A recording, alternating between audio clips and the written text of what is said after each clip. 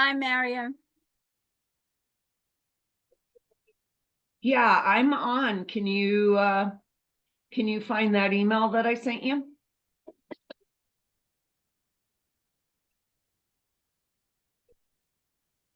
No worries.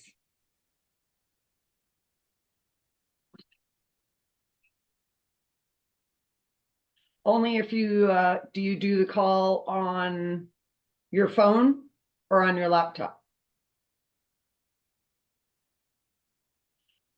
Okay. Aha. Okay.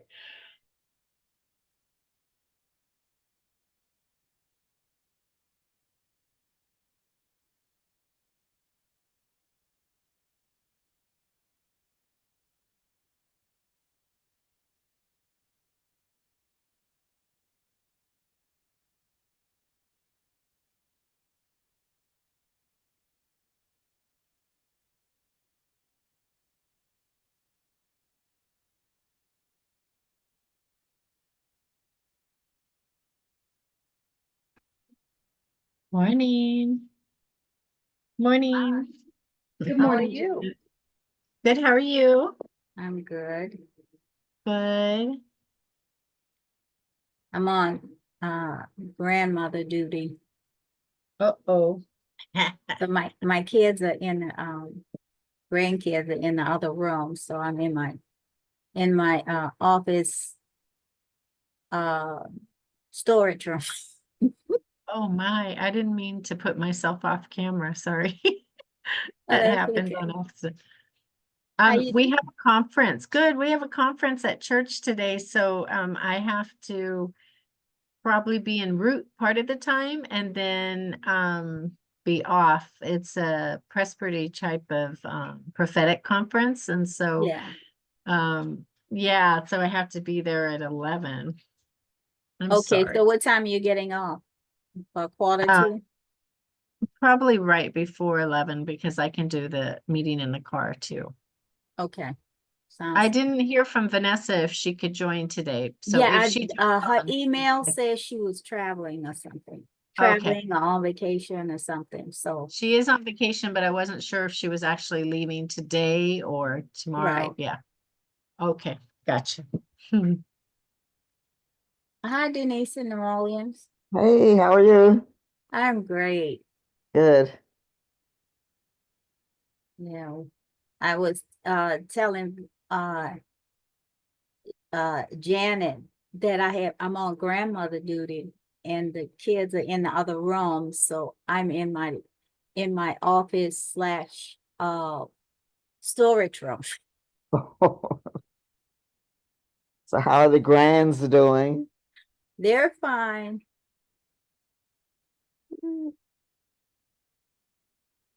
They're doing fine.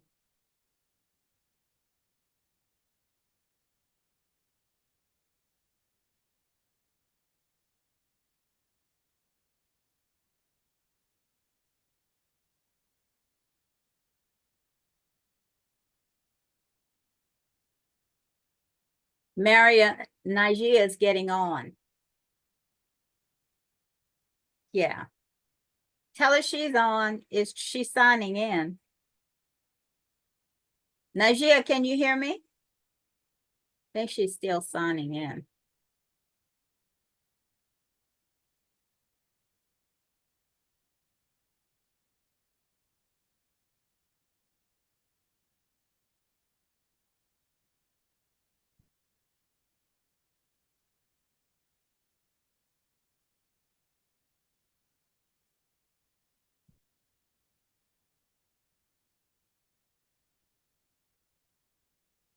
Hi, Connie in Florida.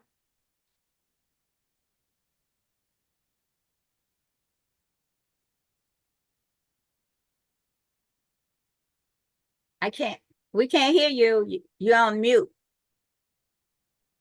I said it's 105 humidity here.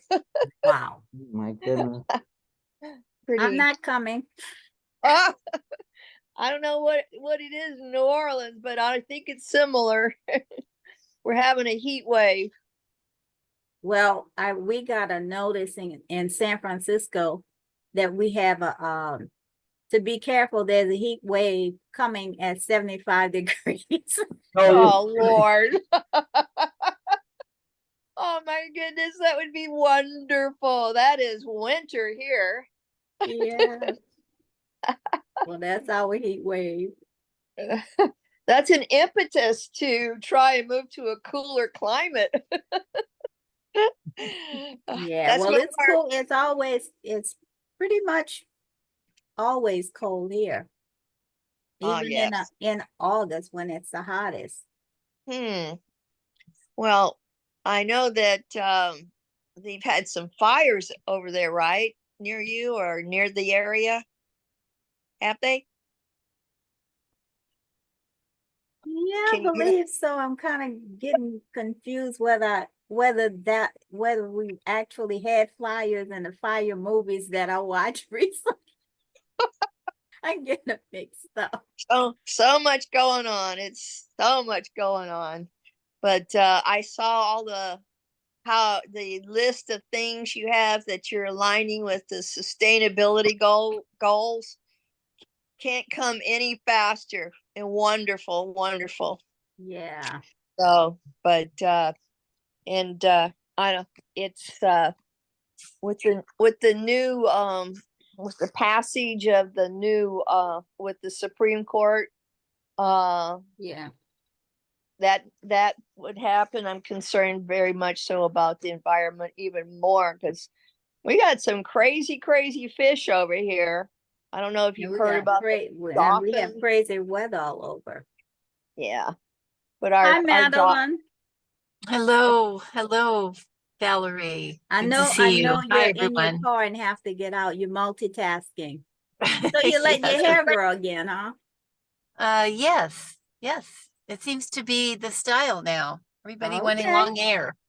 Yeah. I know it was short when I saw you, but that was before COVID. So I hopefully know I'll it's been see that you long. again on in July for our next event. Yes, I plan to be there. Yes.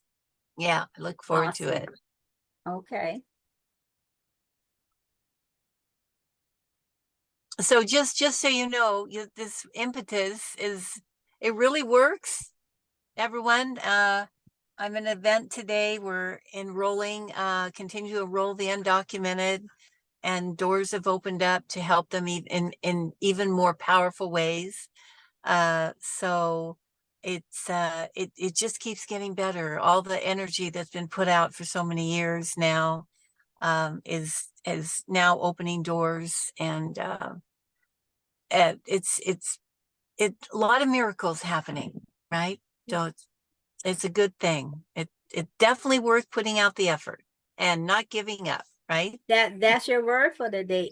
Impetus. Am I saying it Yep. right? Yep. Yes. Yeah, that's a word. Yeah, it's not giving up no matter what's going on around you. No matter what. Absolutely. Yeah, And you get take stronger. off. Even in the craziness. Oh yeah. And you can expect the craziness. Exactly. Right? The bigger the dream, the bigger the challenges. Yes. But then the bigger the rewards. That's so true. Yeah. Hi. Nigeria, you're not feeling well? You're covering up your face. You okay? You're not feeling well. You're trying to turn off your camera, huh? Yeah, she's trying to turn off her camera. Give me a second here. So if you go down on the bottom, it says stop video.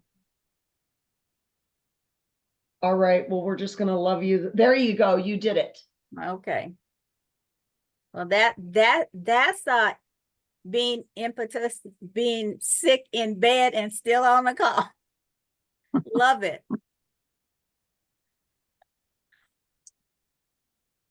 So how are you, Paul? I see you sporting your animal today. I love that jacket. Yes, I got the memo from Marion to wear the brown and animal print here. Okay. I can't hear you though, Marion. Good job. Sorry about that. I was on getting IGEA hooked up, so. Yes, I saw. Good Hi, Madeline. Hello, good to see you, Paula. Good to see you. Look beautiful as always. Thank you. morning, And Madeline. you were successful from Just from the you. time we started with you a couple of years ago. Yeah, You have lot zoomed has to the happened. top. That's I'm right. so proud of you. That's being, We yeah, have. being impetus.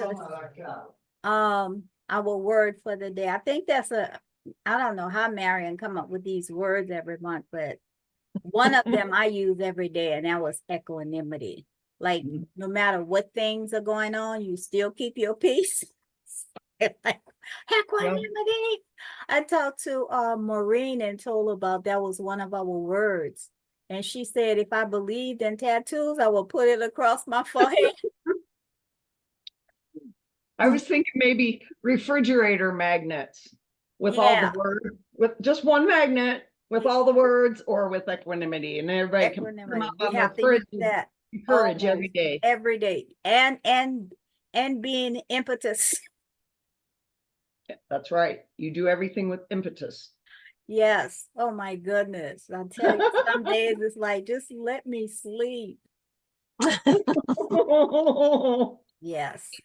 So I'm on grandmother duty. I was telling a couple of members earlier. So my grandkids are in the other room. So I'm in my office slash storage room today. I have equanimity and I'm being impetus. Getting through it. And I love them. They're so precious. So, the word of the month is, as I said, impetus. And we're going to hear from Madeline. And Paula just acknowledged Madeline from when she first met her till where she is now, which is she had to go through a lot of being impetus in so many things. About to give up, but no, she couldn't. So for the turnaround, but it's like, I don't know if I could do this anymore. So, and I wanted to share the news about PWIC as well. So, and oh my God, being impetus, Marion and I and my executive team, like, okay, but we're here, and things are just on fire.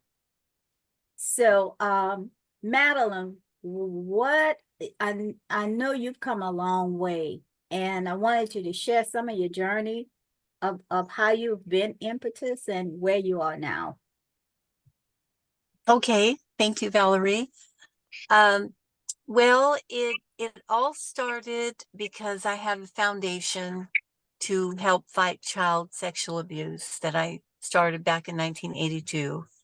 And it was all about just educating the communities across the country, because back then everything was still in the closet, right? They weren't believing the kids. So so we did that about 20 years, and finally became a priority project with the United States the United States Chamber of Commerce, or Junior Chamber of Commerce, and we got Tony Robbins involved, and this thing really started spreading. But I had to do all the fundraising. So, and I was, still a single mom raising kids on my own. So I decided to put my entrepreneur hat on and back on, because I started out as an entrepreneur owning restaurants for many years, and started a company that was going to make so much money, it was going to fund my foundation. That's how it started. So I did a lot of research, and I found that, okay, so what industry could I get into that's going to make a difference in people's lives, but can generate the most money? So it turned out that it was banking. And it turned out, interestingly enough, a way that we can help the Latino community, who are immigrants, are unbanked, and have been for many, many years. And definitely marginalized community, and which includes all of the immigrants in the US. So that's how it started out. I had no idea when I started this how difficult it was going to be. This is an industry run by men. And because there's a lot of money to be made, you have a lot of very, let's say, unethical people. And so I've had when I first wrote this article, I put in there 7 failures before I finally started making it. And Marion changed that to 7 setbacks. So I love that. So during this time, every time there was a setback, we wouldn't give up, started all over, but we got stronger each time. And we had to go out, raise more money, get a new bank, start the process, the development, until finally we got approved by the biggest bank in this industry. And that's where we are right now. During that process, I raised over $9 million, all from angel investors. So it wasn't like somebody wrote a check. A lot of little investors, 5,000, 25,000, right? Some more in the hundreds of thousands, but most of them smaller ones. So I have over 250 shareholders, right? Well, what would you think 250 shareholders would do? What it does, it puts a lot of responsibility on your shoulders. Yeah. And so you can't let them down. It's not an option, right? So that helped the impetus. That got me out of bed in the morning.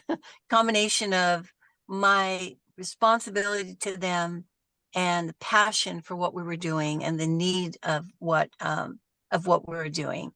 And so now we're at a point where we're not going out looking for distributors. They're calling us. Doors are opening for bigger monies.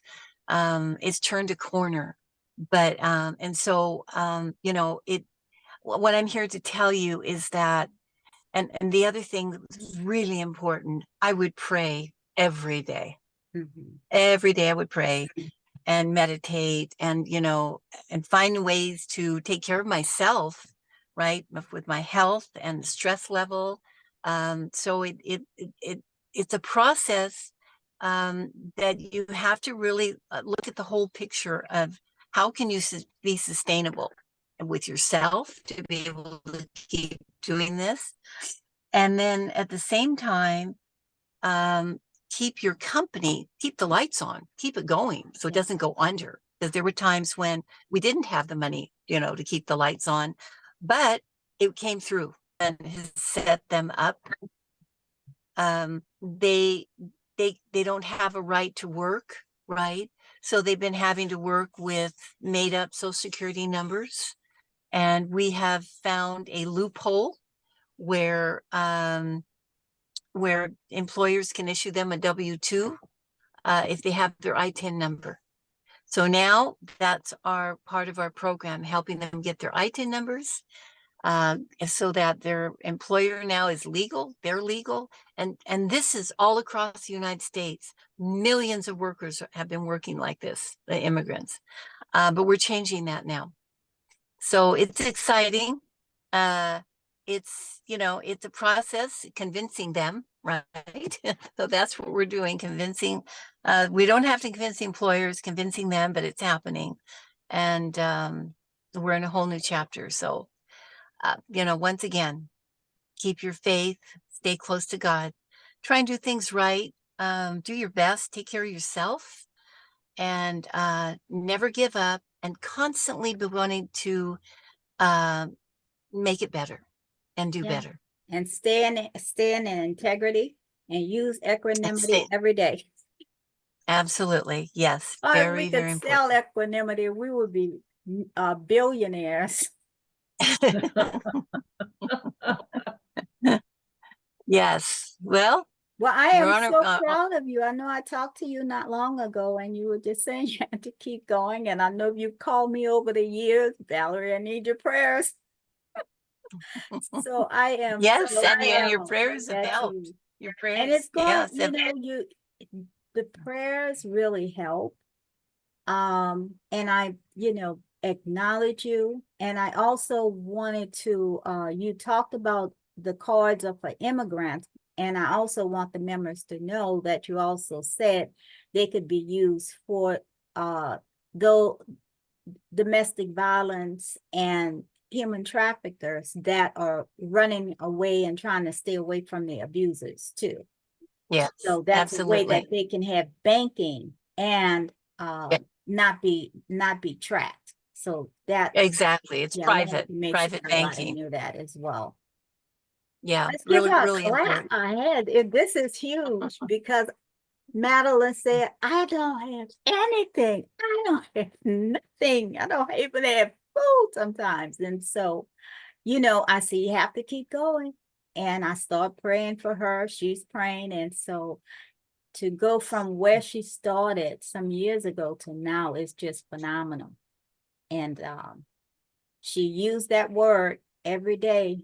Impetus is the word where you have a reason, a fuel that gets you up to keep going. So Yes, absolutely.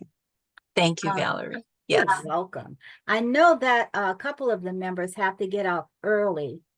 And so I wanted to first share about PWIC before we ask everyone about their stories using the word of the month, impetus, and how you use impetus to fuel yourself, your day, and your projects and whatever you're up to.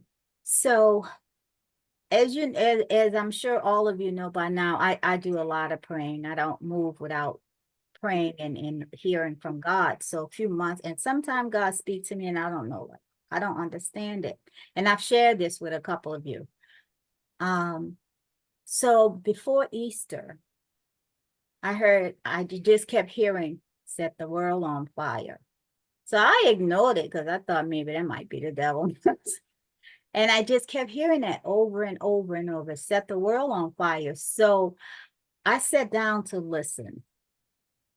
And what God told me is to use is our project in New Orleans, the Lower Ninth Ward is that area, to put a prayer circle around the Lower Nine to inspire other cities and countries.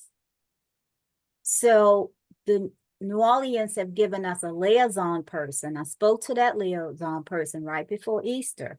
And I told them I wanted them to do a prayer circle around that community, the Lower Ninth Ward in New Orleans. And he said, well, Ms. Bocage, we do a prayer march every Good Friday from one end of the city, which is called Delaware Street, to uptown, which the border of New Orleans. And then we meet on the steps of City Hall every Good Friday in prayer. I said, well, that's great. I say, however, that's not what I want you to do. I want to put a prayer circle around the Lower Nine. He got quiet for a minute and he said, Ms. Bocage, we're going to do whatever you say. So I talked to the councilman over that area, and they have set it up for September the 26th at 6 o'clock Central Time. So I was sharing that with one of our contacts in San Francisco who is working with us for New Orleans. And he's in San Francisco, and I'm just excited. We're getting the police department out, the sheriff, the office, the pastors, 30 pastors down there, and just sharing the story. So he was quiet, and I thought the phone had dropped, the call had dropped. And so I said, Rudy? And he said, Ms. Valerie, he said, give me the date and the time that you are doing the prayer circle in New Orleans. And I am going to the mayor's office, the police department, all the departments and community that you name. We're going to do the prayer in San Francisco at the same time you are doing it in New Orleans. I said, wow, because San Francisco is one of the biggest cities in the world, non-worldwide. So they're going to do the prayer circle there. So I'm sharing with Maureen, our member who lives in Pennsylvania. And what happened, and San Francisco was on board. And she said, well, Valerie, I'm working with the governor in Pennsylvania. She said, give me the information and we're going to do the prayer here. She said, and also we have the project in Las Vegas. I'm going to call my son and they're going to do it there. And I said, wow. So I was like, it's really getting the fire burning here. So when I got off the phone, I heard God tell me, call your contact, Sheila Jackson Lee in Houston, and have her to do it. So I called her and called her office, and we set up for a call. They're setting up a call for us to talk to her. And there's a lady that someone recommended to me that we've been trying to meet for the last few weeks. So I talked to her, I think it was Tuesday, and I shared the story with her. And I would just share, she wanted to know my whole story. So I did. I said, look, I have to be authentic. I'm just sharing with you that, you know, I talk to God and I hear from God and I'm following, you know, whatever he tells me to do. I say, I don't know your spiritual background because we just met. And she said, no, go ahead. She said, tell me what he told you. Tell me. So I told her about you know, my story of coming here and doing PWIC, being connected to the UN, and told her about about the fire that God said put around the world. So anyway, so she started saying, she said, well, Valerie, after I finished talking, she said, well, God talked to me too. She said, I was the president of one of the chambers. She's in Atlanta, but she was president of one of the Chamber of Commerce. And she said, God told me start a world chamber. She said, a world chamber? She said, I don't know how to do that. God said, I'll lead you. She said, I started it. I started putting it together, and now it's been 16 years. She said, and I have a lot of movie stars, sports players, Congress people that's a part of my platform. And she said, wait a minute, Valerie, I also have a TV station where I interview people, and it goes out to millions of people on Amazon Fire. So I heard Amazon, I haven't heard of Amazon Fire, but some of the members have when I shared that with them. And she said, let me interview you and let's let this story go out to all over the world. And our contacts in Kenya and in Nigeria, I haven't talked to anyone else. I don't know their times, but they want to do it that same day as well. So we are definitely setting the world on fire. Fire in prayer with everyone coming on board. And if any of you are working with people, you know, companies or that want to start it in your cities, let's do it there. Just give me a contact. We are putting up a world prayer together with some of the members. And Mary Corick, who been on the call, she couldn't be on today. She also has an online magazine, and she's in North Carolina, so she works with the governor there too. And she's going to put out a press release as well, so that will go worldwide. So here we are, and I was being impetus, and we're setting, and that is because of all of you. That we are setting the world on fire. So don't say Valerie setting the world on fire. You're a part of this group. We're setting the world on fire in prayer. And if you have any ideas of what we could say, you know, to other cities and countries, please call me and let me know. If you want to add to the prayer, contribute with that, just let me know. So I just wanted to update you. And that's my story, and I'm sticking to it. So anyway, let's hear from some of you. I know some of you have to get off early, and Madeline, thank you. That was a really great word for this month. I really appreciate your story, and I'm so proud of you. You keep going, you never know where it's going to end. So we have fire on Thank you. Pardon? No, and thank you. One thing I want to mention, I can't mention enough.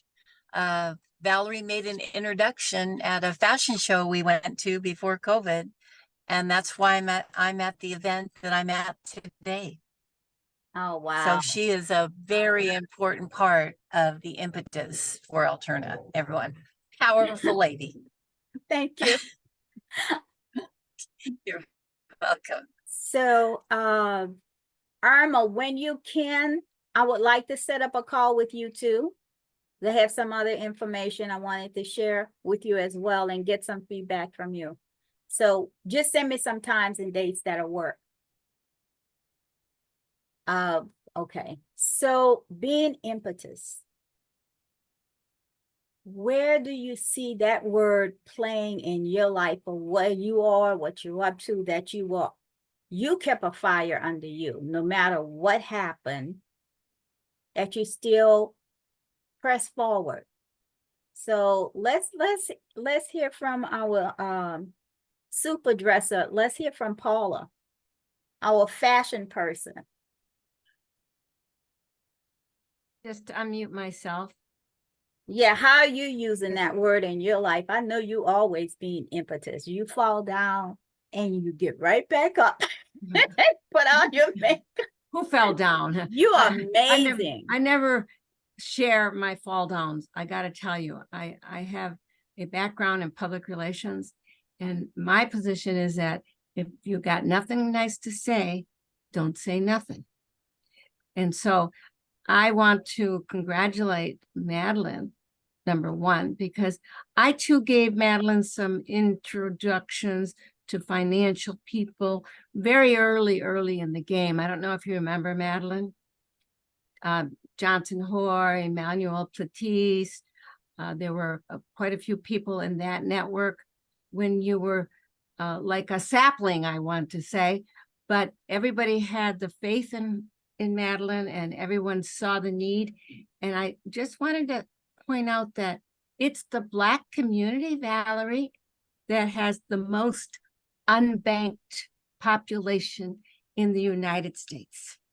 So we're dealing with not just our Latino immigrants, but it's from a lot of people in our communities that aren't immigrants, that just don't trust the banking system, don't have Okay, the got it. technology, don't have the capacity to get direct deposits to their banks that they do have.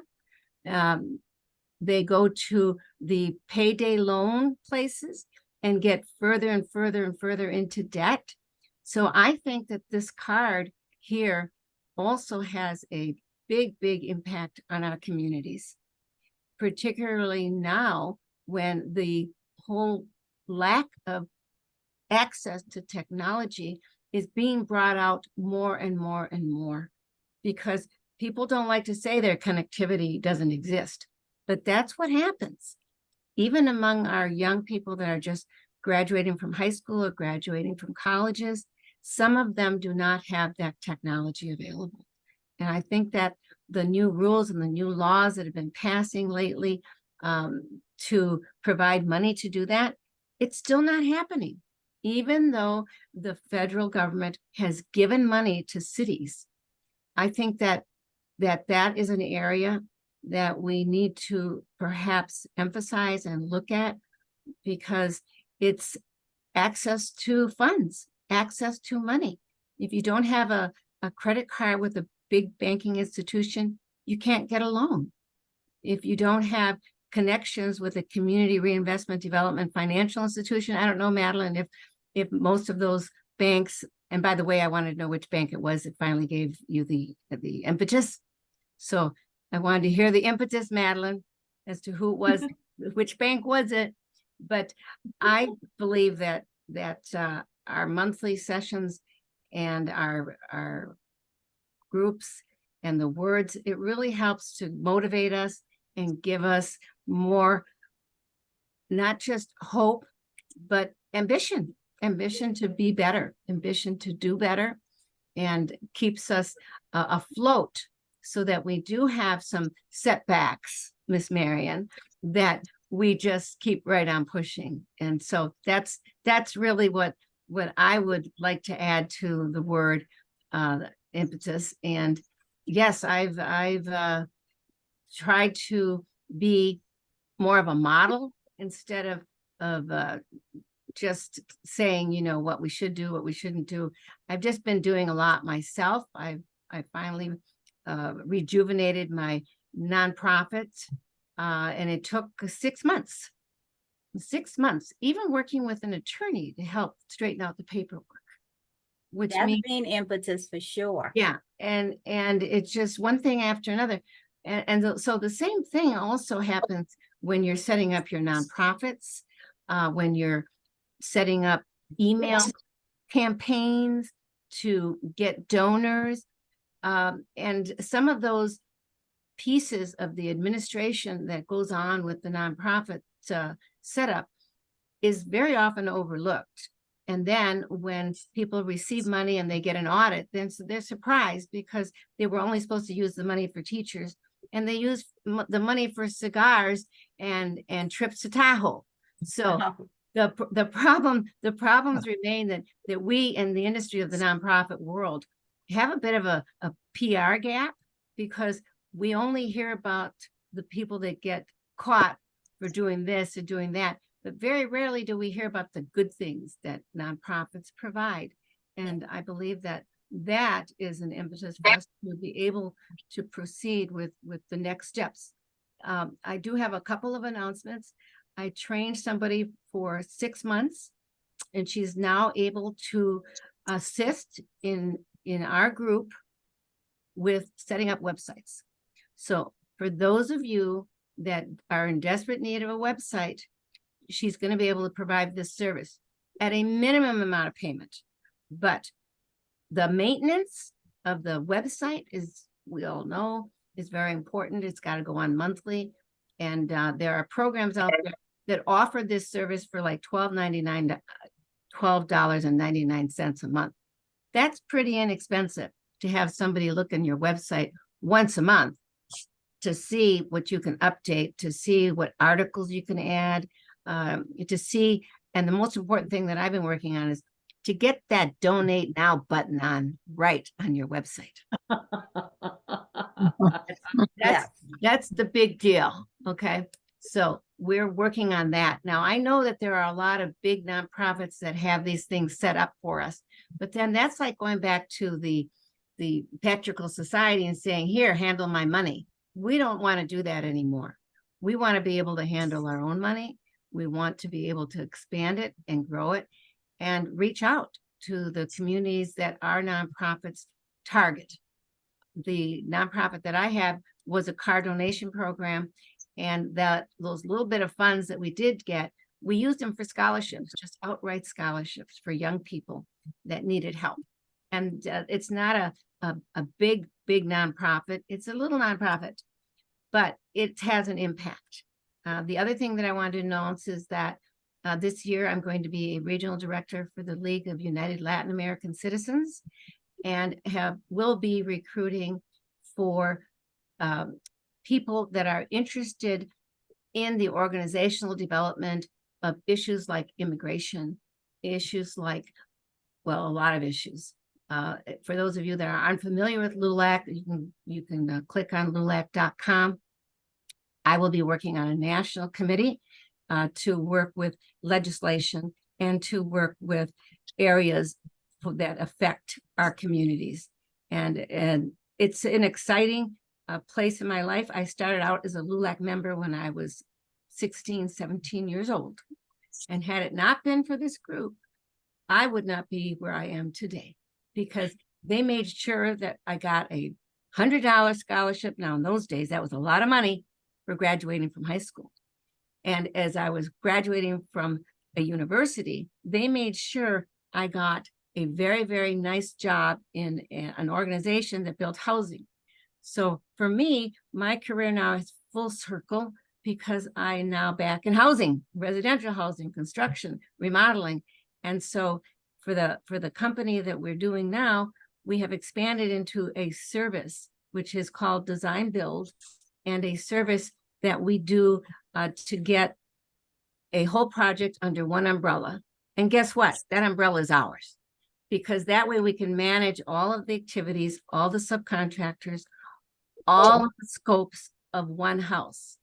And Awesome. it is the same way when we work with our nonprofits. We need an umbrella, but now at this stage in our lives, most of us ourselves are holding up that umbrella. So I want to congratulate all of the women on our site today, but also a lot of the women that don't make it to the Zoom every month.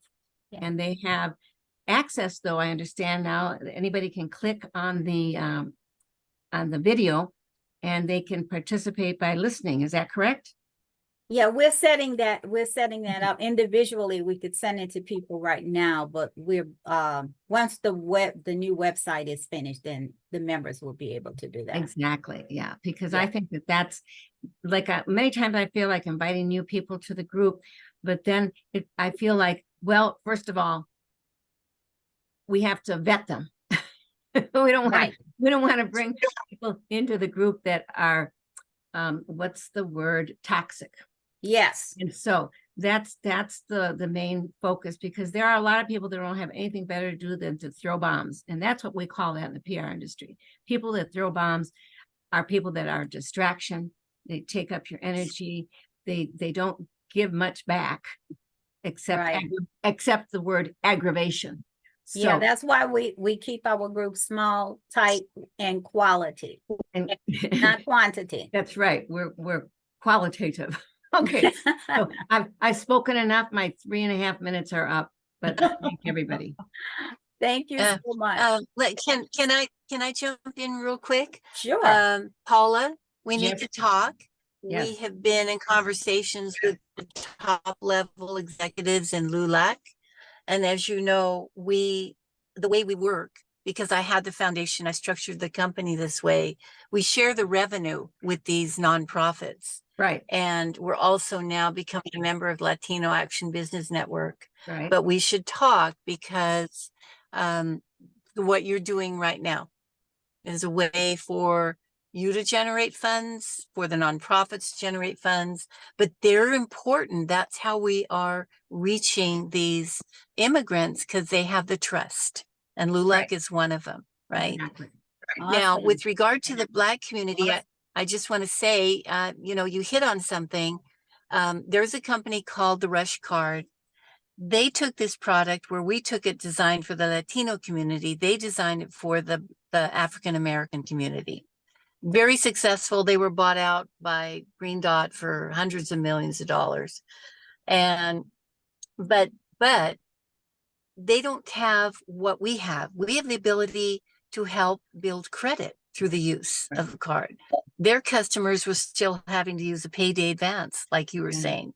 And so we have a lot of features now, and we have a way for them, the cardholders, to make money as well. So we are planning to open up to mainstream, just which would include the African-American community. Right now, our product's called Alterna Sin Fronteras, but it's just going to be the Alterna Gold. Starting fourth quarter, we're going to have that as well. But then we're going to be opening up, helping the African-American community. I just wanted to let you know that. But we need to talk. Awesome. It's a good time. Yeah, I think you have each other's numbers. Yeah. Okay. I'm sorry to interrupt, but I do need to ask a question. Good afternoon, ladies. Always a pleasure to see you. Madeline, can you repeat the name of that last company that you mentioned? Green Dot. No, not Green Dot. The Rush. It was Oh, no, the not Rush the Rush card? Card, because that's Rush Russell Card, Simmons. yeah. No, it was. Yeah. You mentioned it after that, Alterna and Gold. you said, "What is it?" Alterna Gold. Yes, that is. And what does that company? What are their services? Well, that's my company. Oh, Alterna Gold So- is your company. right. Okay, I'm sorry. Right. So I'm the founder and the president. And so right now we've been focusing on the immigrant community Mhm. and designed the product for them. But we will be opening it up to mainstream, which includes African American, fourth quarter this year. So our card is called now Alternas Sin Fronteras. And when we open up to That's mainstream, the term that I didn't get because it Yeah. was Hispanic. so yeah, so Alternas Sin Fronteras means without borders, because we have a cross-border program. So they have a way to help their family in other countries that are unbanked also get a bank account as a way to receive money. Thank you. Thank you very Okay. much. I appreciate that. Yeah. I'm very interested in it because I am working with a group. We're having a very big event in September for domestic violence. And it's going to be a golf event. It's a 3-day event. And I think that I may want my team to kind of reach out to your team just to try and see if there's any way that we can collaborate because we have a lot of domestic violence. People affected by domestic violence, they may be able to utilize your services. Okay, great. Oh, absolutely. Yeah, no, would love to talk to you on that and work with you. Marion, you. could you Absolutely. connect those two people together? Connect Thank Dr. you. Watts and Madeline? Yes, Yes, Yeah, you want me, I'll share contact information? yes. perfect. Thank you. Yeah. Thank you, Ms. Thank you. Okaz. Thinking You're ahead as welcome. usual. Yeah, Marion does things so fast, it's amazing. I know. He is and- amazing. Yes, she is So amazing. what, so the word impetus, let's get back to that. And I'm so happy people are connecting and want to connect. That's what we're about, making a bigger impact. So, Denise, I'm calling on you. How do you see the word impetus in your life and your projects? So impetus, for me means the energy behind. Yeah. The source, the force that moves an entity. It could be a thing, person, place, or an idea forward. So what is the impetus behind A, B, C, D? And so what is the energy behind? What propels a program, or what propels an idea? What propels a cause forward? Many of you may be familiar with Reverend Barber. Reverend Barber is a major leader in the movement for social justice and ending hunger, ending poverty. But he is a powerful force. So you could say he is the impetus behind some of the major marches for social justice in this country. If you don't know his work, he's I don't remember the denomination he's from, but he does really amazing work, Reverend Barber. He's very busy today because he's having the march down in Washington, D.C. So anybody could go online. I was just tuned in to what he's doing. He's having that huge march for the People's Campaign in D.C. today. So, so that's, yeah. So if you're not familiar with his work, I would urge everyone to go online and just look at what he's doing, how he's, assembling, and it's bringing all kinds of people together. It's not just like one person. So that's on the kind of inspirational side. On the more like another side, I would say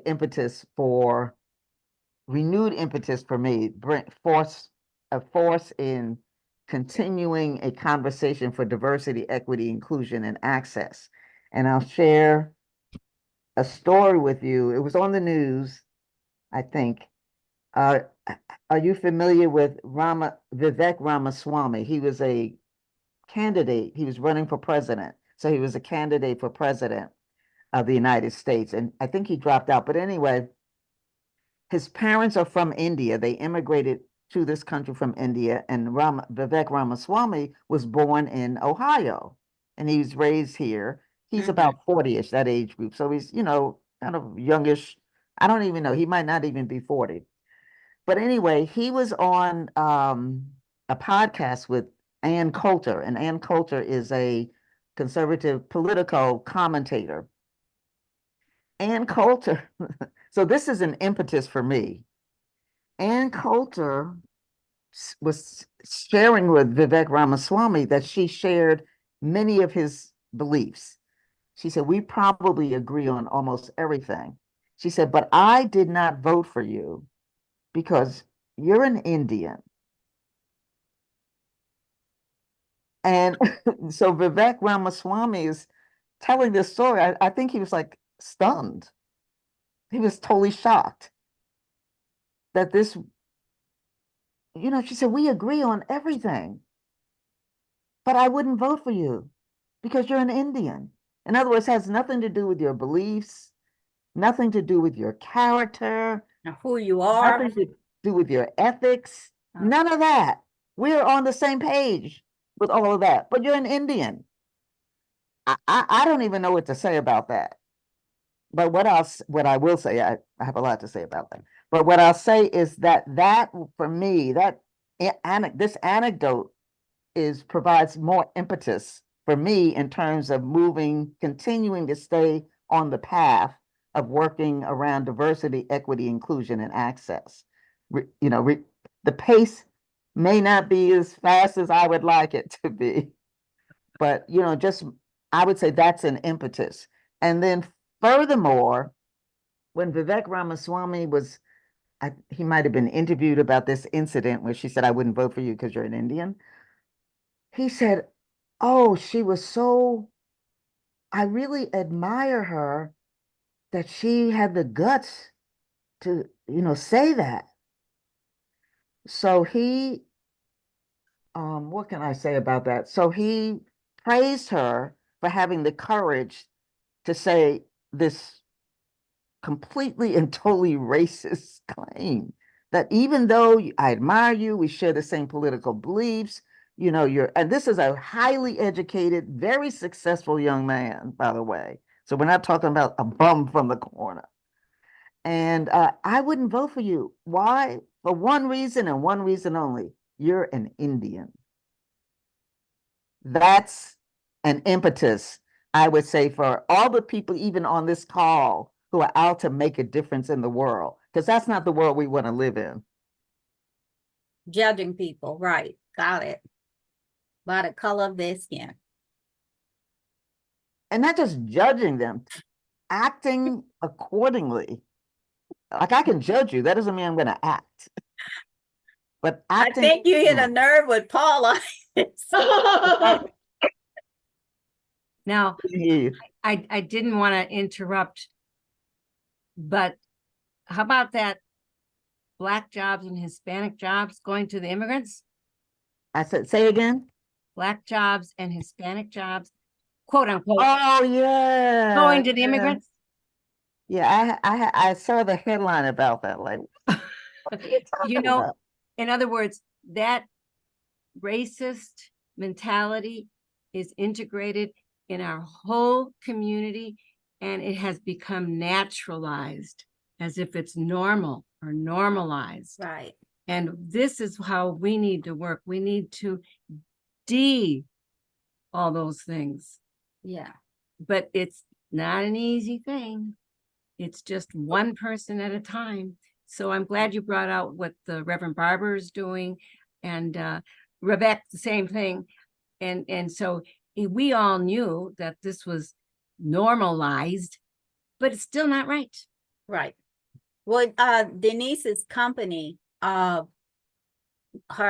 diversity company, is a stand to break up all racism, and that's what she's teaching. So awesome. Thank you, Denise, and thank you, Paula, for your input.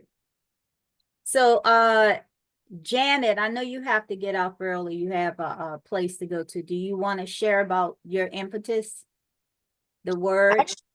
Thank you so much. I was actually enjoying hearing everybody else's and taking notes for Vanessa, if you don't mind.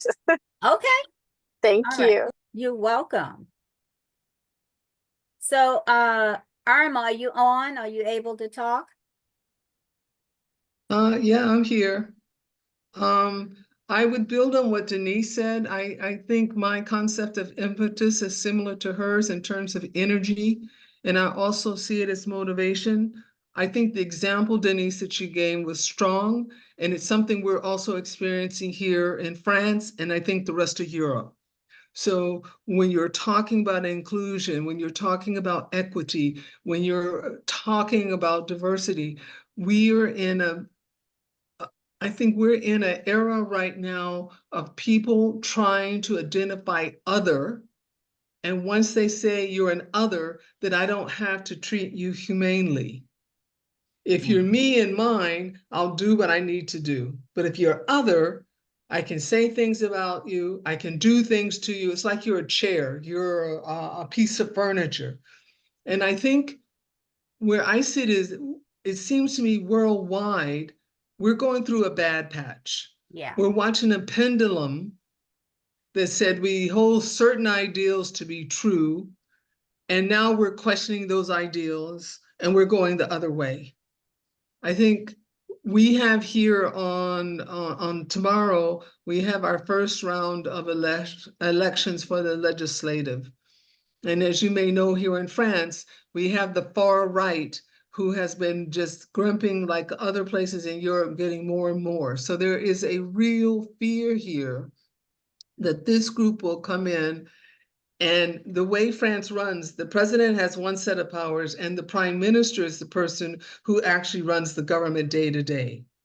So we would end up, if in fact the far right wins, that the prime minister would come from the far right and Macron would be there. He has 3 more years on his mandate, so he's not going anywhere. But then we'd almost have a deadlock situation as you see in the US between what happens in Congress and what happens in the Senate. But I think given what's going on and given what is happening, the impetus that, at least for me, is I cannot sit by and let it happen without saying and doing something. And I think it's each one of us in our own way. It doesn't have to be organized, and it may be organized, but it's each one standing up for what we hold to be true principles. Yeah. I think is really important. And I feel that's extremely important because it's very difficult right now in this current atmosphere to tell people, well, no, I see a different drummer drumming. It doesn't have to be like that. It can be another way. So I like the example you gave. I think it resonates for me. It resonates. And I think it captures not only what's happening in the US, I think it captures what's happening globally. Awesome. I don't know how to raise my hand. I just had a quick comment on that. You know, with the prejudice that's in the world that you're talking about, and it just seems as though that should be on every prayer list in every city. Yes. Yeah. We need to start accepting each other as human beings and as divine beings. Mhm. Forget the color of your skin. That has nothing to do with anything. And we just need to pray that everybody comes to that realization that we're all worthwhile, that we're all here by God's choice, you know? Mhm. And I agree with you, Mary. And I think there's not a problem in seeing differences. It's the value or the meaning we put on differences. That's the problem. Yes. Huh. So And that's so what there's yeah. a tendency to say, I don't see a difference. Sure you do. You see height, you see weight, you see color. Okay. But it's what you associate with it that gets us into trouble. the value. Yeah. Mhm. Yeah. That's good. Well, we'll put that on the prayer list, maybe. Yeah, definitely. Seems And like in the prayer. yeah. Okay, Dr. Watts, are you able to talk? Yes, I am. I'm going to close my window though, so that we don't get any distractions. All right. I've been anxiously awaiting to give my input on impetus. Okay, So, good. I must have yeah, I felt really it. I'm about to pop over here. Okay. So I'm going to share with you ladies that I've been taking a financial awareness course every morning at 10 a.m. with a PhD finance professor And he gave me an impetus that I'm very proud of myself for, because what I keep seeing over and over again, that so many people are passing away without a will. You know, their affairs are not in order. You know, nobody knows anything. And I talked to a few friends. One of my girlfriends, her aunt passed away, and nothing was in order. So the impetus that my finance professor gave me was to make sure and complete my will. And I'm so proud of myself for taking that step, because I had one done years ago. But what I would like to share with my sisters here on the call is that every 2 years, we should look it over. We should make a list of those people, like your executor, make sure it's up to date. Because I know when my father passed away, the executor of his will had passed before my father passed. So, and he never changed it. So I just wanted to share with the ladies here on the call that make sure your papers are in order. And why it's an impetus for me is because I have one daughter, and I kept saying to myself, she does not, and he mentioned this, deserve to have to grieve and worry about putting things in order and in place. So I'm working on it slowly but surely, one step at a time. There are much more things I need to do. But that was my impetus to get my affairs in order. And I hope me sharing this with you, you'll all say, you know what? I don't know where my will is, and I don't know if I've shared that information with anyone. Make sure and put those things in order, because our family members deserve better, because we're all, as we know on this call, really intelligent women, and we can do a lot better, and not leave things in a mess. And that's what I told my daughter. My daughter, she was, oh, that reminds me, Miss Bokaj, I just left California. I was there for a week for a conference. So I shared, I spent a week with my daughter, and I had so much fun. You guys you're just so lucky to have such gorgeous weather. My gosh, year round. I was so enjoying it. But that's what I wanted to share with all the ladies on the call. And I hope that I am an impetus, a force to change and move things forward for you, to get all of your affairs in order, so your family members, don't have to grieve, and also pull all of the things together. That's all I have for now. Thank you so Valerie, I have 2 much. points to make about that. Okay, Yes. go ahead, Denise. Let's follow up with Dr. Watts. One is, I don't know how I came across this book there's a workbook called I'm Dead, Now What? Mm, I don't know if okay. Watts, you familiar with that? Uh-huh. I No. heard, yeah. But it's like a workbook. So Ooh. called Okay. I'm Dead, Now What? And so it's a workbook that you can complete with all your Ah, doctor, the lawyer, the baker, the thanks candlestick for maker, sharing. your Yes. information, all your credit card numbers, your banks, Right. your Oh, dentist, your lawyer, where you're yes. sitting, all of that. Because There you go. because the reality is, when someone dies, that's what the family is left behind to deal with. Exactly. Okay, And we got need to it. stop going through probate court if we can avoid it, because that is a waste of money, Right. pulling all of And that the wealth time and it would take off. resources out of your finances. So that's one thing. And the second thing is, my sister passed several years ago, and she had sent out 4 or 5 years before she passed, she sent out a 4 or 5 page document, and she mailed Mm. it out to everyone in the family, and it had all of that information. And Wow. it was one of those things where I got this envelope, I just stuck it in my nightstand drawer, and there it sat for years. Wow. And then when, we got word that she was passing, I pulled that out and opened it up, and every step we needed to take There was you go. Wow. God bless her. figure out anything. That's how you show people you love them. And That's she what he had said. paid for everything, her plot, the funeral, everything. Wow. So you're right. It was just totally amazing. Thank you for sharing that. I'm going to Yeah. look for that book. Yeah, it's called I'm Dead, Now What? Okay. Because he always said, he There's says, another one what if like you that, but I pass don't know away the name of that today? other one. I'm sorry? There's another book similar to that, I'm Dead Now What book, but I don't remember the name of that other one. But it's like a workbook. Okay, that's what you need. Because I reached out to an attorney and she sent me back a letter stating that to get the process started, it would be $650. So I was like, well, you know, maybe there's another way I can do this than So now spending you got the $1,000. answer. Yeah, yeah. No, I went online. There are some companies online that you can get all of the for a lot cheaper.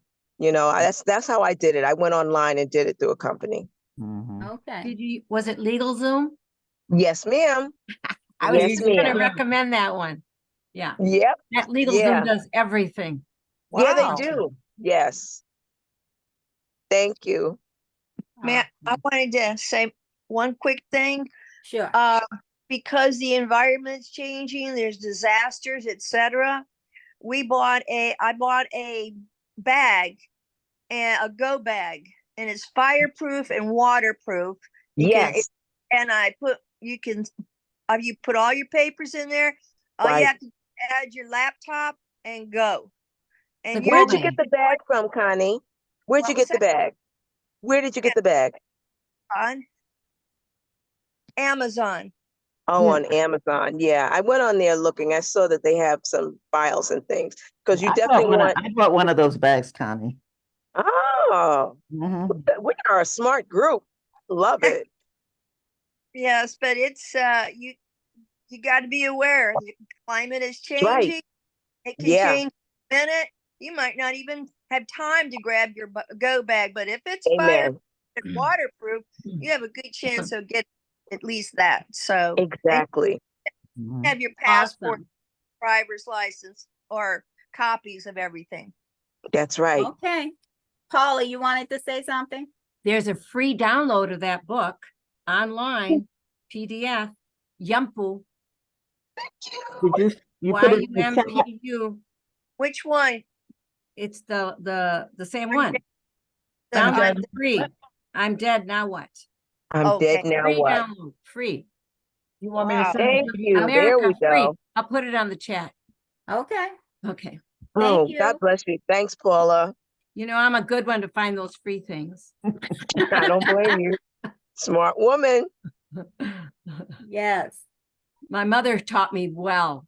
When my Yeah, mom tell me died, about it. she had everything assigned, right down to the last little piece of jewelry. We were all in her Wow. will. She paid for her plot. She paid for the funeral. She Mhm. paid for hors d'oeuvres Wow. and flowers. Yes. Awesome. Yes. Wow. My mother, the planner. Wow. Yeah. Yeah. And then we all got a nice little package in the mail with the funeral speech and her death certificate, and Wow. it was like a Wow. full publicity event. Okay. Okay. That's You're right. amazing. The best part were the little packages we got of the things that she left for us. You know, I got Wow. like a couple of little rings and a necklace, because my name is the same as hers. So all the jewelry that said Paula on it, I got. You know, There you that go. would make Nice. a book. That Say would that again? that would make a beautiful ebook. That little story that you just shared, because it'll give people so many good ideas of what Yeah. to do. Yes. Yeah, It is another item on my to-do list. Wow. there it is. That's awesome. But first, I'm going to put the chat here for the free one. Remember the free. Now I'm Yeah. dead. Okay. The free download. Awesome. We Love it. love free. Yes. Got it. Being on the chat. I'll send Okay. it to you, Marion. Lorelei. Laura, send it to Lorelei. No, I'm just calling her Oh, name. okay. Lorelei, Hi are you there. able to talk? Yes, I am, and I'm sorry that I'm late getting on, but it was unavoidable. So Understand. for me, impetus, they talk about birth order being important. And I think in my family, it probably was. I was the second child. I was the middle Me child. too. Yeah. And all my life, I felt like I had to prove something, okay? Because my dad had been married before, and his first wife had had two stillborn little girls. So when he married my mom and she got pregnant, she had a girl. my older sister. And of course, it was such a joy that the child had lived. And so she was just, you know, little angel. And then my mom got pregnant again, and my dad, being an immigrant, he wanted a son, and they got me. Okay. And so then when mom got pregnant again, she had a boy. And oh my God, the sun rose and set in that little guy with the proper equipment. Okay. So all my life, I felt sandwiched between these two children who were wonderful. And then there was me. And so I think that my impetus in life was to prove to them that someday they had to say, I could do something as good as those two siblings. And so all my life, I've really, you know, been striving with everything I do. It has to be really good. And I think that that's probably where it comes from. That was my impetus. That is so great. Yeah, no, that was your story, and I know I talk about it every time you're on the call, but to not know how to build anything and to build get an idea, like God spoke to you and told you to build this community tourist village to help your community in the forest, and you did it in 5.5 weeks. It just blows my socks away every time I think about it. And successful, bringing in over 100,000 people. So it had to be God to do that and show you how to do it with your 12 women, your 12, I call them your 12 disciples. So, well, and our impetus was that everybody in town was calling us those crazy broads out on the hill. Okay. So we were going to prove that we were not those crazy broads out on the hill. Well, you did. And we did. We did what everybody said was impossible. And we did it. And the thing that you did before, you built that. You started a company because you like doing candles, found out how to do it, and went from you doing it to having employees and turning it into a $1 million company. That was awesome. So that's incredible also. Yes. So yeah, I've had an interesting life. So it was a good thing that you felt that way, that you were a middle child. You were born like that for a reason, because you've made some headway and changed many lives and still doing it. Yes. Awesome. That is so great. And still Najee, enjoying go ahead. Go ahead. I'm still enjoying everything. Yes, you are. Even the bad times. You know, my life changed once I stopped saying, why is this happening to me? And I started saying, okay, what am I supposed to be learning from this? Yes. Najee, are you able to talk? Thank you so much, Lorelei. Najee? Unmute, Najee. Okay, can you hear me now? We can hear you now. I just thank the Lord to have this opportunity to be here at this platform to hear each one of you express yourself. And I thank Valerie for allowing us this opportunity to, I've learned so much from you guys, just listening to you. I kind of agree. Now, I might not pronounce this word correctly, impetus? Yes, that's correct. Okay, I agree with Paula to a part, and what she was saying about that. And my perception is that I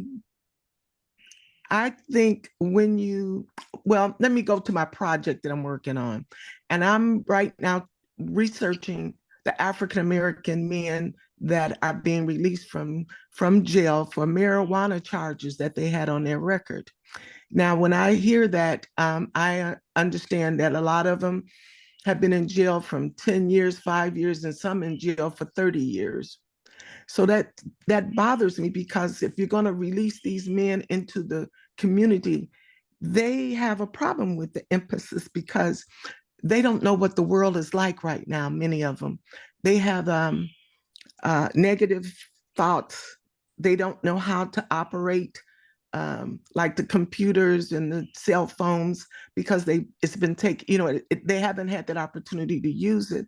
So my thoughts are, and with Profiles Unlimited, we're a nonprofit, is that I'm setting up trainings for them right now, contacting the mayor in Maryland and see what programs they would like to have. And I'm looking at the basics to help them to re-enter back into the community, to reconnect with their families, and to help themselves, because of the mindset is probably negative of themselves, or they're fearful. I know a lot of them are fearful because I've worked in the prison with them, and they are afraid of, some of them are afraid to come into the community. So that is my goal, is to do something about it. Now, I know that a lot of African American, not all of them, but many of us have what we call in psychology, it's under the Jim Crow. It comes from Jim Crow, that we have a slave mentality.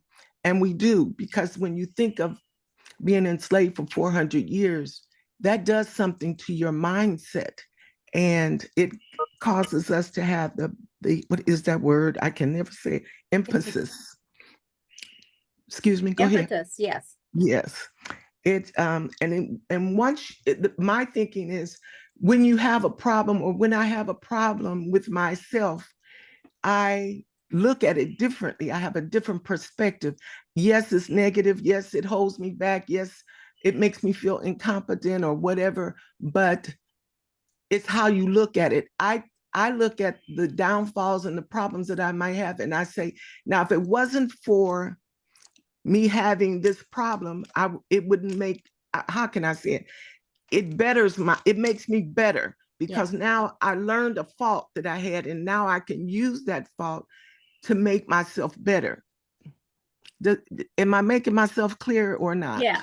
Yeah. It sounds like It's something like, what Lorelei was saying. yeah, it's like, you find out, I can't You express it find your right now. strength and your weakness. Yeah, it does. It makes you stronger to go through something. I'll just use this one here. It's negative, but say for instance, you've been raped, and if you keep harping on the negative side of the rape, yes, it is. It's horrible. I've been there before. I've been raped and beat. But as long as I stayed there and kept thinking of it in the negative, it pulled my self-esteem down. It made me feel bad about myself. But once I realized that if that I'm going to take those incidents, or that incident with the rape, and look at what did I learn from it? What can I use from that negative and turn it into a positive that will make me stronger? Yes. Is that, yeah, do you kind of understand? I'm not able to put it in the words you that I take the want. negatives and But you keep going. They give you the energy. That's what impetus that is. makes It you gives stronger. And if you, energy. and if you had never went through that hardship, you wouldn't have got stronger. You wouldn't have learned something from it. In other words, it's like you learning from the negative things that has happened to you in your life. And I think that's one of the things that I've captivated for myself. And I think that's why I'm a survivor, because I look back at what went wrong. What did I do wrong? How did I do it? And what can I get out of it? What did it teach me? What did that experience teach me, that I can become better in the future with my behavior and my thoughts and my ideas? Yes.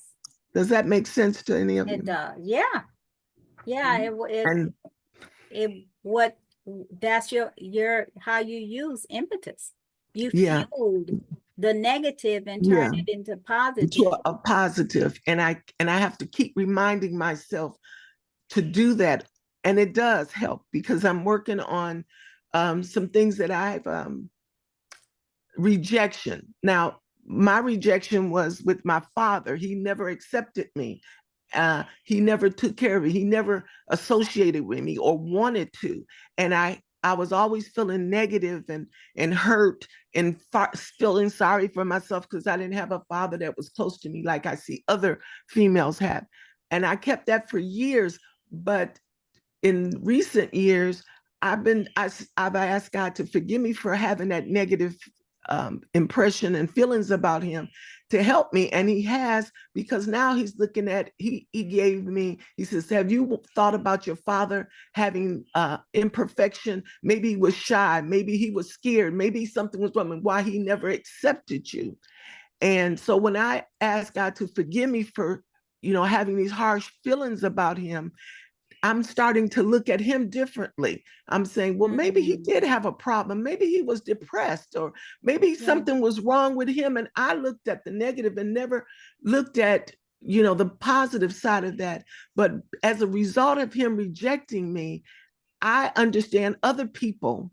When I work with clients in the prison, and men and women, and I see them doing it, I have more empathy. I say, okay, now I understand. So I shouldn't be so harsh with them, because they haven't learned to turn it around and use that negative for a positive that strengthens them.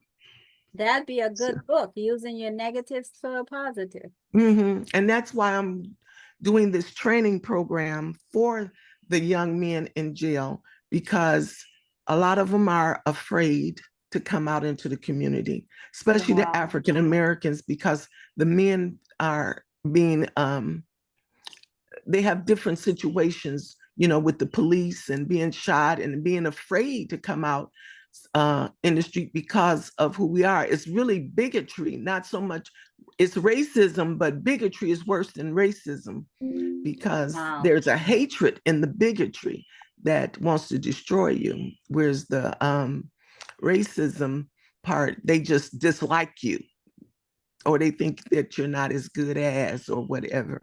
So I'm hoping that y'all can understand where I'm coming from. No, I totally, after knowing you for so many years, I met you in 2008, and and I had knowing you for so many years until I love the work that you do, and how you are a specialist to call that are called in the courts that can get information out of those people that's been raped or molested, and no one else can open up.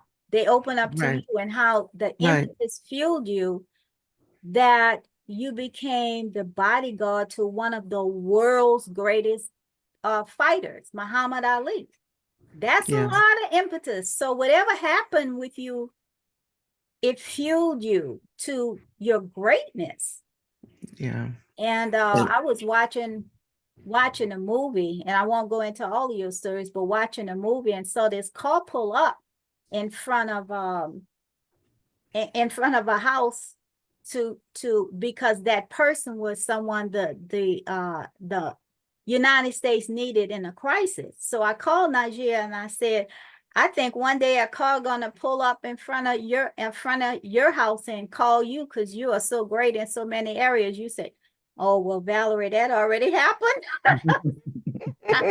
It has. I've had so many things happen to me, but I guess because I had it so hard, I didn't have a father, a male figure around me to help me. I have a compassion and a love to help, and to work with so them. well and so humble.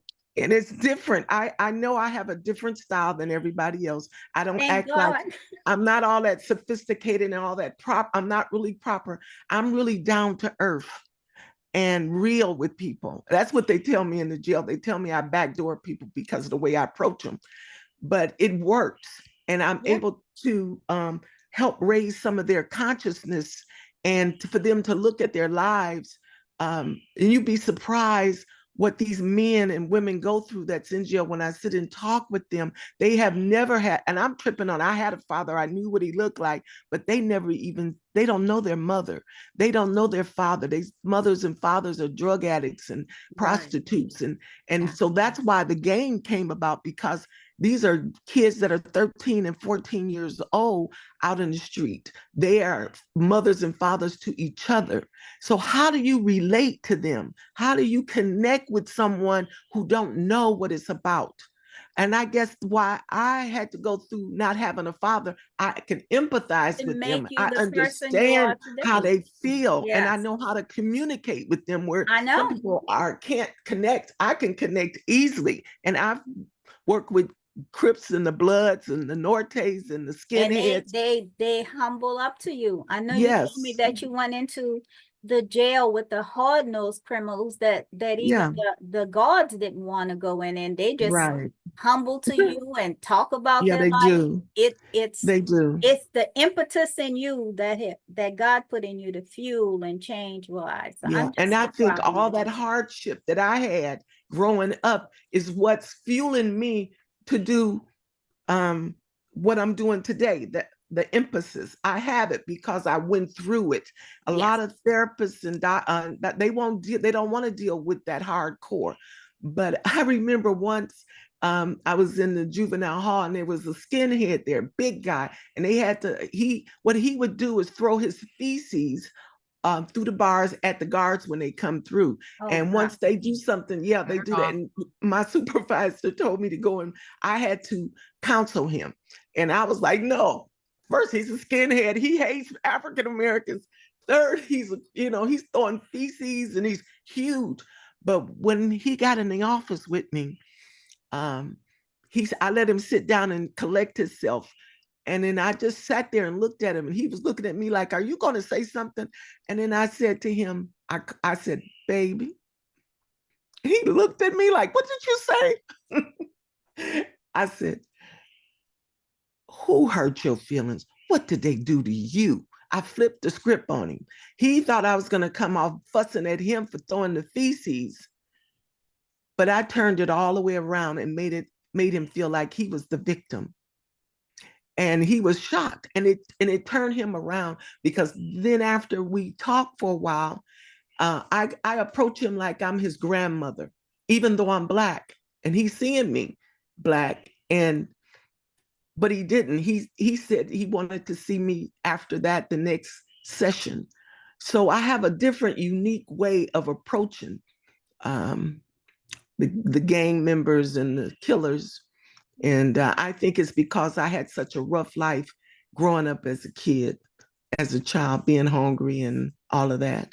So I hope you understand. I know I went from one thing to another, but I really think that the emphasis is something that you have to experience, but it helps raise your consciousness and your mindfulness. Mm-hmm. To help other people. I have the empathy and the compassion, even though I'm really tough. I'm not fragile person, but I'm really tough. But it's just my approach is different than That's most. awesome.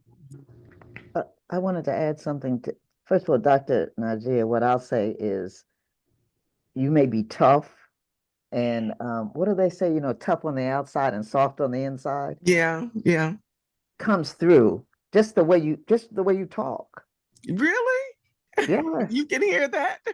I hear it right now. I can see why they gravitate to you and why they want to talk to you. I mean, you have a very warm, inviting manner about you. And it's hard to describe. Not everyone has that gift. It is. But you definitely have a very warm, inviting, just where your humanity and your love for people comes through. That's how I feel. Does. And I'm so excited about going in, working with these guys that are coming out of jail. I'm doing research on it now. We got 11 states that are releasing. They're releasing 174,000 just in Maryland. Wow. And we got Michigan and Illinois and Virginia. There's 11 other states that are going to do the same. They've already signed their bills to release them. So when you think about all these men who've been in jail for over 10 years, 5 years for marijuana, now just envision them coming out of jail. Now they come out of jail, and then where are they going to live? Some of them have children that they don't even know because they were in jail when the child was born. Yeah. There's men who families, wives they know nothing of them. Where are they going to live at? Where are they going to eat? I mean, we're having a problem when we have jobs and we're spending our money, having to spend extra money buying food because of the cost going up. Now, what do you think they're going to do? Are they going to live on the street? Tell me. Are they going to be down the street from you? Or, I mean, and once they get out, how are they going to get a job? And when you fill out and some of them don't even know how to fill out an application. Some of them. Nigeria, we have a member who's in Tennessee, Vanessa Brown, who's working with the New Orleans project and she has a nonprofit on reentry. She's in Tennessee, but she travels around the US helping other people. So I would love to connect the two of you, do an email between you and Vanessa. Yes. I want to add, Yes. Najir, I just sent you the name of Jesse Croson. He's Crosson. I don't know if you're familiar with him, but No. Jesse Croson was sentenced to like 39, 40, 50, 100 years in prison. But anyway, he got out after 20 years and he's been out for a couple of years, and he does a whole series of videos on what it's like coming out of prison. And he has a lot of Q&A. But his name is Jesse Croson, Crosson. Would you send that to me, please? Because I like to, I'm working with a group called All of Us or None, and they are, I've been working with them for a few years. They helped me get my doctorate, as well as PWI. You guys didn't know that, but PWI helped me with the research for my doctorate degree. See. Yeah, we were But PWI, now we PWIC. let's see. We grew. Dr. Strong, I would love to have that information. Yeah, I sent you his name in the chat, sent it directly to you. And the other one, I didn't send this, but there is an organization here in New Orleans called the First 72. Yes. And this is an organization that meets people as they're walking out of the prison door. And see, I like to do training to teach them how to do interviews, how to engage in conversation. And these guys are, I remember one guy, he was so big, he was like 6'4", weighing about 250, 300 pounds, and his family taking him to a store. And I was in the parking lot doing something, and they all jumped out. His family jumped out the car, ran into the store, and they said, "Come on," whatever his name was. And he stood there like a little kid. And he wouldn't move. He says, no, he was just shaking his hands and his head. I can't go in there. I can't go in. He was just standing there saying that. No, no. And I stood there and watched him. He didn't leave the front of that car. He wouldn't budge. He was afraid to engage with people in the street or in the stores. And that's how they're coming out. Now, what is he going to do? How is he going to engage and interact with people in the community coming out of jail, being in for 20 years? What do we do with them? I think you would find this guy, Jesse Croson's videos interesting, because he was in for like 20 years. And he has a whole series, and he answers questions. People send him questions. And he answers their questions. But for the work that you're doing with the folks who are coming out after 20 years, they might find some of those videos interesting and helpful. Yeah. And that's what I want to do. I'm setting up my webpage for Profiles Unlimited. Now I have someone working on it. And Paula, I would like to, you mentioned something about it. Someone has maintenance. I would like to know those people, because I need maintenance on my computer, on my website as well. My website. Yeah. Can you forward me that phone number where I can contact them? I have a website. You can go on Profiles with the S, profilesunlimited.org, and you can look at my website the way it is now. It's good now, but I'm having some work done on it to improve it, to include the curriculums that I'm going to be doing for the men coming out of jail. Right now, I'm just working with the men. For some reason, they seem to click with me more so than the females, but any help you can give me with that website would be appreciated. The website person. Yeah, that you need look, probably a do-over. Okay, Connie, you had something? And give your word on impetus too, but go ahead. Yeah, I talked with our the sheriff's office, and they have we were talking about what happens to incarcerated people that come out and they have no place to go. And Right. I said, well, you know, our village, they are interested perhaps in a village, because if they're there, you can provide some services, transportation, and different things, and they can get, you know, they can have transportation, see the probation officer if they need to. But so many of them end up on, you know, on the street. And you Right. know, the Supreme Court just passed. I just had mentioned earlier, I think, how their Supreme Court was going to rule on homelessness, and they did rule like I thought they would. And now it's going to be they're going to have a fine, or they go to jail if they're homeless. Exactly. You're And right. and now, you know, they're not offering solutions. And what No, I that's the right. cost analysis of how much more it costs to jail them. And well, it's Yes. very expensive for them to be homeless, just because they're going to be, many of them end up in the hospital, they're not getting mental health care, etc. Nobody Exactly. in the woods for a long time who doesn't have some issues with mental health. So You're that's right. my impetus. You hit it right. You hit the nail right on the head. They just spoke about that yesterday. They were saying it's Florida that's passed the bill. I think they just signed the ordinance that the police will ticket homeless people. They can't be out on the street and in the woods anymore. So I'm thinking, what are you going to do with them? They don't have money to pay a ticket. I mean, come on, it don't even sound right. But And it's that's going to impact all of us if we don't do something about it.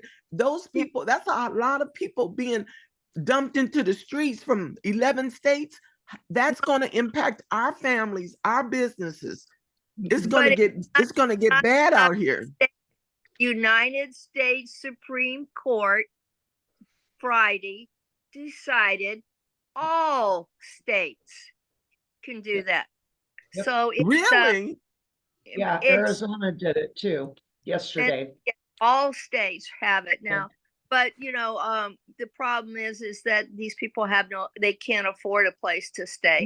Exactly. But they're given the ones that are coming from the border, they're in hotels and nice, but the people that are in jail here and the homeless here are vets.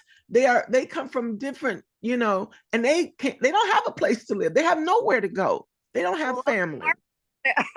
But it's that not don't make sense. You know, it's we had a chance to have a immigration law that the farmers and the many industries need workers willing to do the kind of work that many Americans don't do.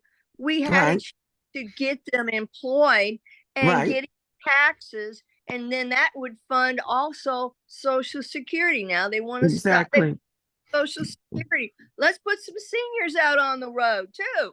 I mean, we already have seniors asking me for a vet village, but you can, for $40,000, we can have a fireproof to 2,500 degrees in the woods. We can have it's hurricane proof to 125. It's going to be an eco village. We're going to show them how to grow food. You can grow food 3 times faster, 10% of the water, no pesticides, run it with a smartphone, and what they don't consume goes to food pantries. Everybody needs to feel needed. Make these people feel needed. A compassionate dog sanctuary will be there. Seniors go in the hospital, or other people, they don't have family. A lot of people don't have any family. And that cares about them, and this way they can have their dogs are going to be safe, and if they pass, they know that they're not going to be put down. So you know, it's a win-win. But I got to add, we want to have use technology. They're going to be smart homes. But the thing that excited me the most, and this is what my impetus is, I learn a lot. I study brain, neuroscience, etc. That's my interest. And this is a kid that refused to take science in college. But anyway, it is I don't know if anybody's heard of EE Systems. Probably not unless you're a millionaire or billionaire. But anyway, it is the atomic bomb was designed with it was created by real geniuses. You had to be a genius to be working on that project. Well, this lady, one of her parents did, and the other parent was working on something else as a engineer, also brilliant. She said, I hate the fact that they created something that killed so many people and could have destroyed the earth. She's come out with an energy program that is it literally through energy, and miracle, I think it touches every cell of the body and repairs DNA.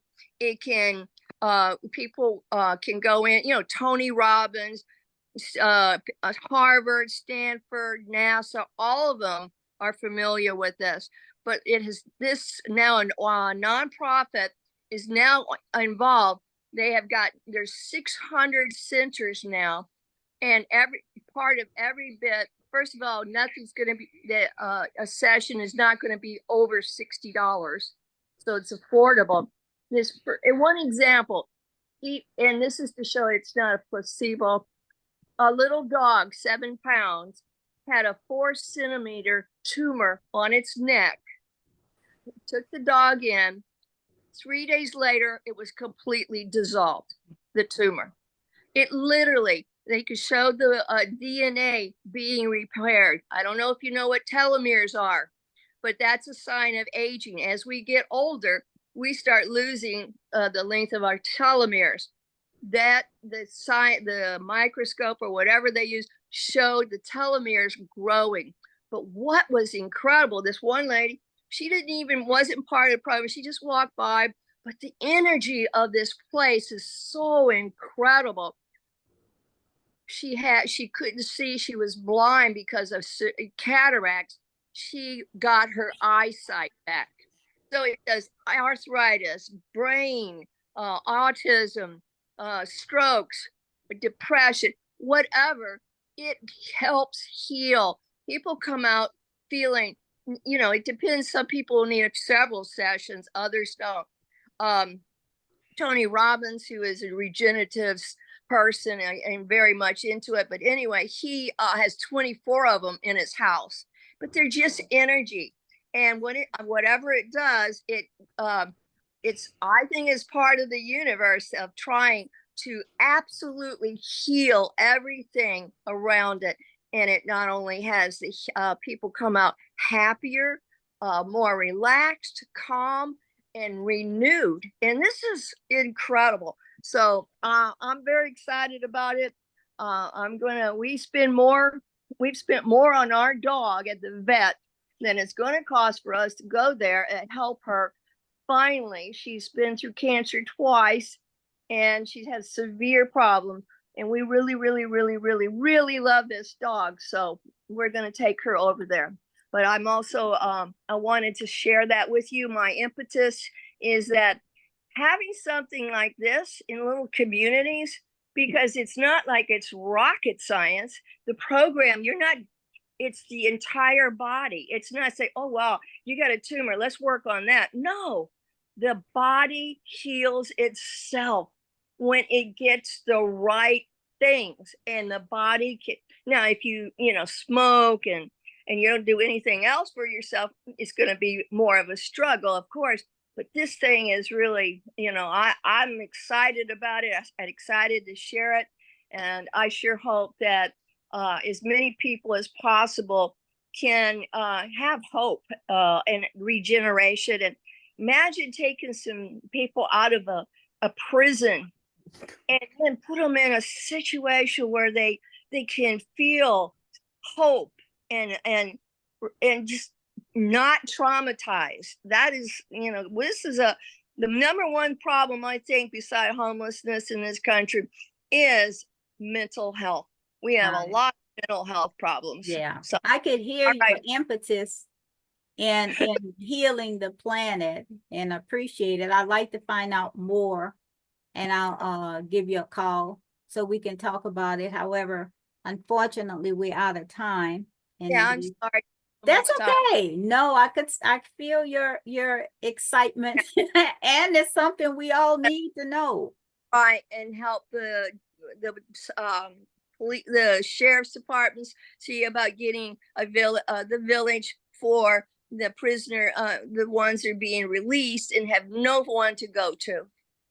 That sounds like a great idea. You and Nigeria need to talk too. Okay, yes. I did put the Energy Enhancement System, EE system, website in the chat for everyone in case you want to read about it. Okay, Okay. Marion, Thank will you. you email it to me too, if you don't mind, and I could send it out to people that way, the people that I don't can know put how to get to the it at- trailer. I can put a link on it where they're interviewing her, and you could see. But or I can just send it to you. So, because I have to, I know. So, but anyway, I'm glad to share it with everybody, and that it may be if it's meant. I just feel like we, of all the topics for it to be today, this was one that really was nice to be able to share that, because I feel like helping people, kids coming out of foster care, veterans on the street, people coming out of severe abuse, molested, people that have escaped terror and hardship. We have got a lot of our leaders too need it. I think everybody on the planet does. So thank you so much for all of that information. Thank you. And I wanted to, that's okay. We needed to hear that. So Marion, I wanted to thank you so much for finding this word. It seems to have fueled everybody. You're welcome. And I know we're out of time. Do you have something, Marion, you want to share right quick?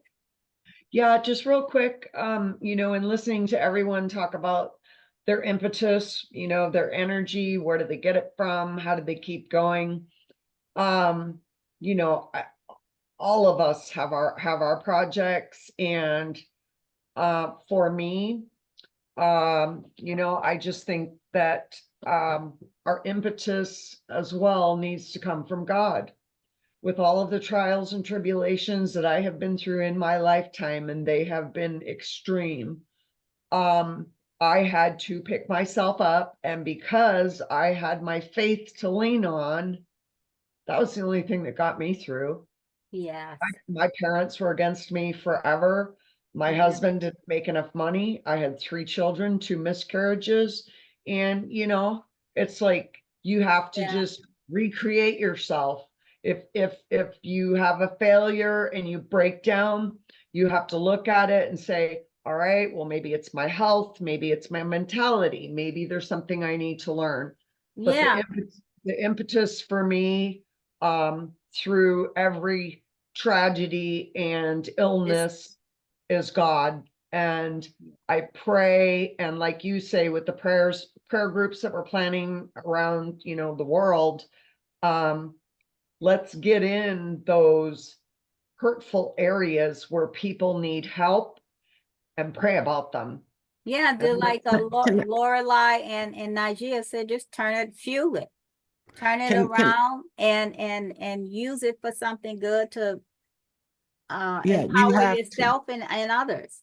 So can I add one thing? And I know you're out of time, but it's just a suggestion. Is it possible for us as a group to have an emergency fund set up for us? Not, I mean, we take care of everybody else outside of us, but for the group, we have a pot where we can donate $5, $15, whatever you can afford or want to afford. But it's a pot that's just there in case one of us need help with something. Is that something that we could think about having that can help the PWI members only, but we be the ones that donate to it for us? It's just an idea. Okay, that sounds like a winner to me. I'll brainstorm and ask Paula on her ideas because she's the financial person. She's really good with Got to that. get a grant on that one. Okay, Yeah, we can do, and we can do that. whatever And it we can do takes. that. Yeah, Yeah, we can but do that's that. a good idea. I am Dr. But Sandra we as gotta take Michael. the I've taught sororities. holistic health. I think some of the sororities do that. They have it where they take care of their own members. We're human too, and we have issues and problems and family and things going on in our lives as we take care of everybody else. You got to take care of self first. You got to take Yes. care of your own house. And this is our house. So we need to take care of us. Okay. Well, thank you for that. I'll work on that donate now button. Okay. There it is. Soldier Paula will come up with something.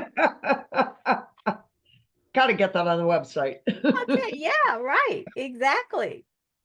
But that's how it starts, with just the idea and then sharing it Exactly. and put that Exactly. impetus behind it, and it just happens. Yeah. So It spreads like fire. We'll call it the impetus button. Mhm.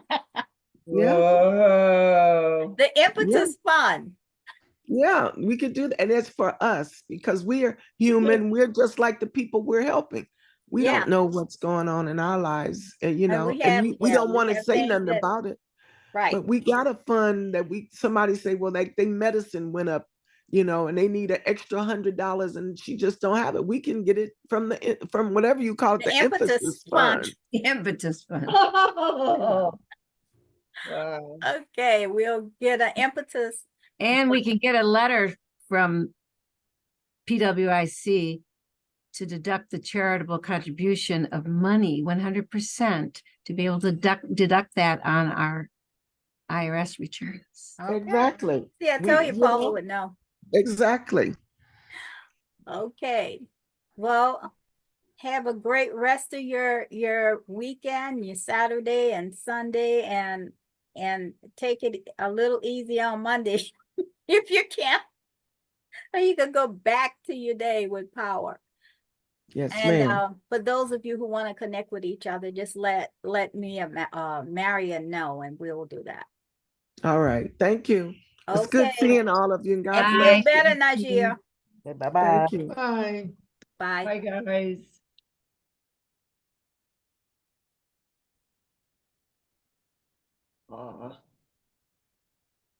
We need to watch for July 4th if you have animals, What do you mean? I don't have animals, but go with ahead. fireworks everywhere. Oh, okay. Animals will be very nervous. when that Yeah, I happens. heard it's against the law to shoot. The people used to go outside and shoot the guns up. Yeah, I Yeah, don't know if that's still illegal, but I think it is. It wasn't years ago because people did it. But yeah. they said what Oh, goes up yeah. will come down. Yeah. Oh, I know. Yeah. And Well, that's people just didn't realize that. I guess they thought the bullet would just keep going, up to hit one of the stores or something. and the bad news is they come down and Yes. kill somebody. Yeah. So we'll watch our animals. Okay, guys, have a great weekend. Okay, you too. Big hugs. Bye.